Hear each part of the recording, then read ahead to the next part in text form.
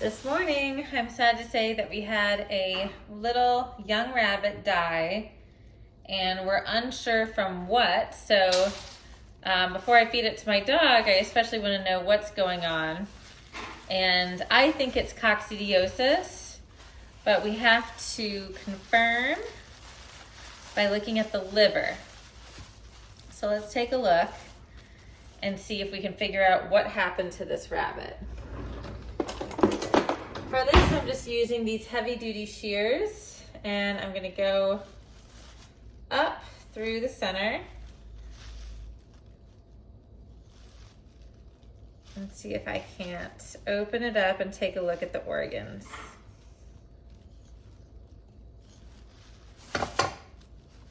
I'm gonna move the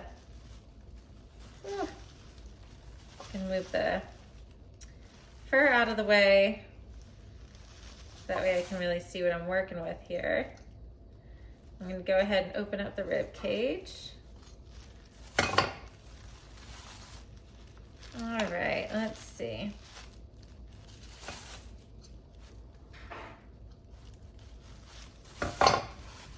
Yep, it's to be expected. This is exactly what coccidia looks like.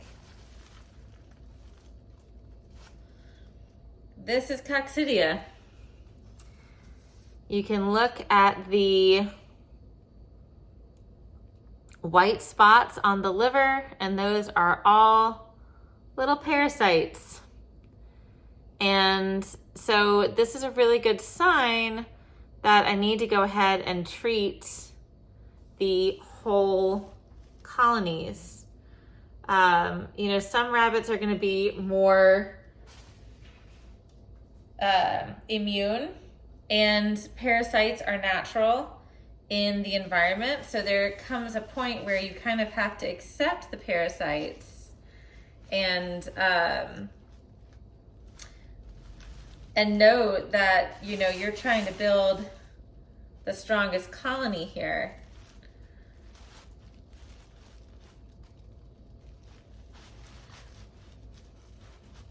So they will build resistance to the coccidia parasites. But I'm also coming in here and making sure that I'm getting everything out. So that way I'm just gonna give, since it's such a small rabbit, I'm just gonna give this as a treat to my rabbit, but everything else looks good. You can see on the lungs, there is here's a piece of the lung.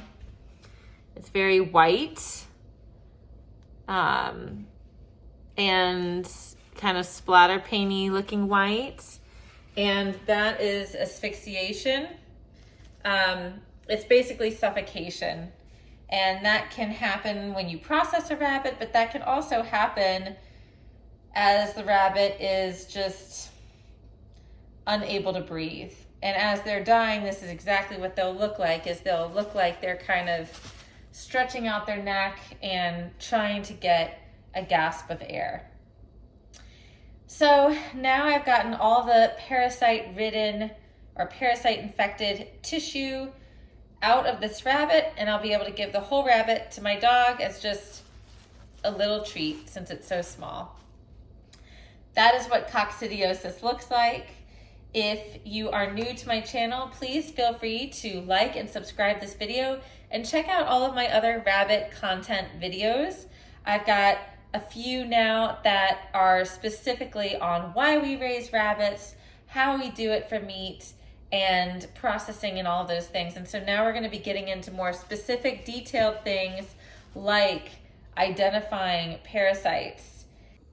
So we've also taken out the intestines and the poop trails and the stomach where the coccidia can live, and all we have left is just basically the open cavity with a few organs in there, but this will be a good treat for the dog.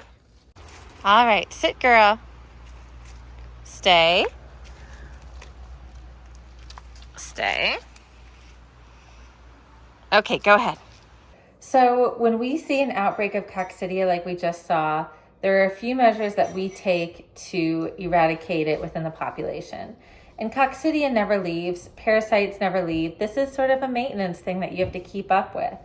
And unfortunately, if you don't do it regularly and preventatively, you will get a small rabbit like that one that might die because it's got a high coccidia load and not the immune system to battle it. So the very first thing we do is we feed the rabbits willow bark. It can be from any species of willow tree. They'll eat the leaves, but it's the bark specifically that is a coccidiostat. And we'll also give them fresh thyme. We can give them fresh wormwood, and we do apple cider vinegar in their water. That's sort of like a general maintenance thing. And then we have another set of herbs that we use that we really like when it feels like it's really getting out of control. Here. So there's a bunch of deworming herbs that you could grow and you could use for your rabbits, fresh or dried. But I like this company called Fir Meadow that has two products I use, and I use this for all of our animals.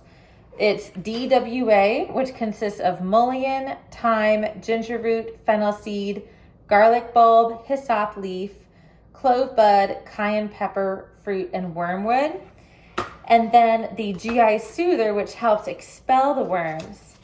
And this has got cinnamon bark, ginger root, turmeric root, slippery elm bark, clove bud, mullein leaf, and cayenne pepper. And the way that I give this to the rabbits specifically is I take about a teaspoon of both of these. I put it in a small cup. I add some molasses and water so it becomes kind of liquidy. And after I feed them, I pour this all on their feed and I mix it up with a spoon, and they love it. It's sweet, it's delicious, and this is just a great final approach if you need something. I don't use any pharmaceuticals on my rabbits or any of my animals unless absolutely necessary, and I haven't had to use it on my rabbits.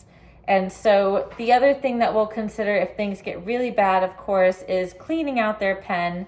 But this is the first one that we've seen in a long time, so we're going to take this other proactive measure of feeding them all the anti-parasitic herbs. And then since it's getting cold, we're going to add another layer of hay or straw in their bedding for the deep litter method. And I'd say the most important thing is just keeping them off of their poop and giving them really good quality food and preventative herbs and good gut probiotics like the apple cider vinegar.